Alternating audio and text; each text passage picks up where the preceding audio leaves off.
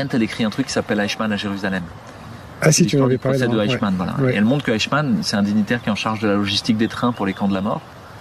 Et il est rapté par Tsahal en Amérique du Sud pour faire un procès retentissant devant les journalistes. Et c'est le procès du nazisme. Et Israël veut montrer que le nazisme, c'est le mal. Par les traits d'Eichmann. Sauf que Eichmann, au fur et à mesure des interrogatoires, on se rend compte que c'est juste un pauvre type, quoi. Lui, il s'en foutait, quoi. Pas particulièrement même méchant, en fait.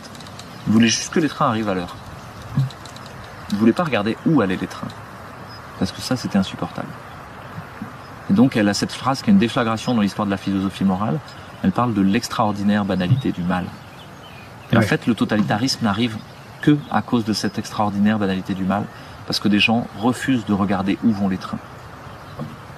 Aujourd'hui, quand des gens se font les porte-voix du gouvernement et répercutent les propos de la propagande en disant « il faut se faire vacciner, il faut se faire vacciner », mais où va le train? Vers quoi ça nous emmène? Ouais, c'est ça, le truc. Vers quoi ça nous emmène, cette vaccination, ce passe vaccinal, ce mélange des genres entre une société sanitariste et une société totalitaire? Le côté sanitaire, normalement, n'a pas à voir avec le côté démocratique. C'est une affaire entre un médecin, un patient. Non, là, il y a un mélange des genres. Agamben, Hannah Arendt, Michel Foucault en ont déjà parlé de cette société techno-sanitariste, de Khmer blanc, en fait, qui impose leur pouvoir totalitaire. Il faut pas laisser faire, c'est en cours depuis longtemps. Ça fait longtemps que ça se mature.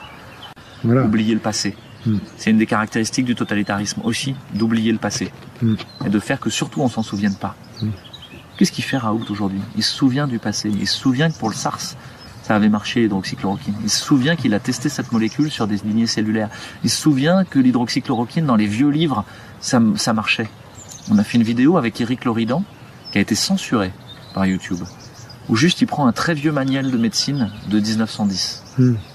Et il dit, pour les fièvres inconnues, avec retentissement respiratoire, prendre de la quinine. C'était déjà marqué par les anciens.